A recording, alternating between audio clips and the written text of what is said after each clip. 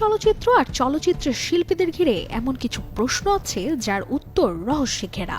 এই যেমন অভিনেতা ডনের সাথে সালমান শাহর স্ত্রী সামিরার এই ছবি। স্থির চিত্রটির এক পাশে ডন আর অন্য পাশে সামিরা, তাদের হাতে একটি ম্যাগাজিন। বলা হয় এই একটি ছবি নাকি অশান্তি তৈরি করেছিল সালমান সামিরার সংসারে।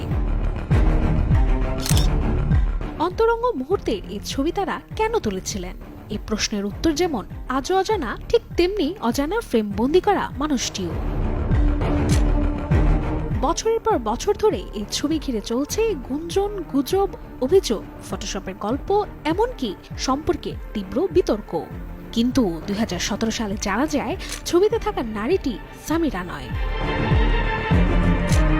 সালমান শাহর মৃত্যুর পর সামিরা যাকে বিয়ে করেছিলেন সে মোস্তাক বলেন ছবিটি যে সামিরার নয়, এটি সামিরাই তাকে বলেছিল।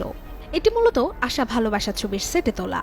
ডনের পাশে যে মেয়েটি সে নায়িকা সাবরিনা, আর ছবিটি তুলেছিলেন সালমান শাহ নিজেই।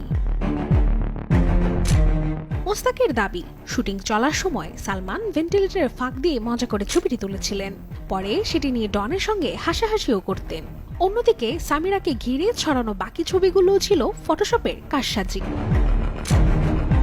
মোস্তাকের এমন দাবি কেউ কেউ মেনে নিলেও অনেকেই তা মানতে নারাজ, কারণ যে সময়টায় ছবি তোলা হয়েছিল সে সময়টায় ছিল না কোনো প্রযুক্তির কারসাজি। আর তাই স্ত্রীকে বাঁচাতেই হয়তো এমন ব্যাখ্যার গল্প সাজিয়েছেন মোস্তাক।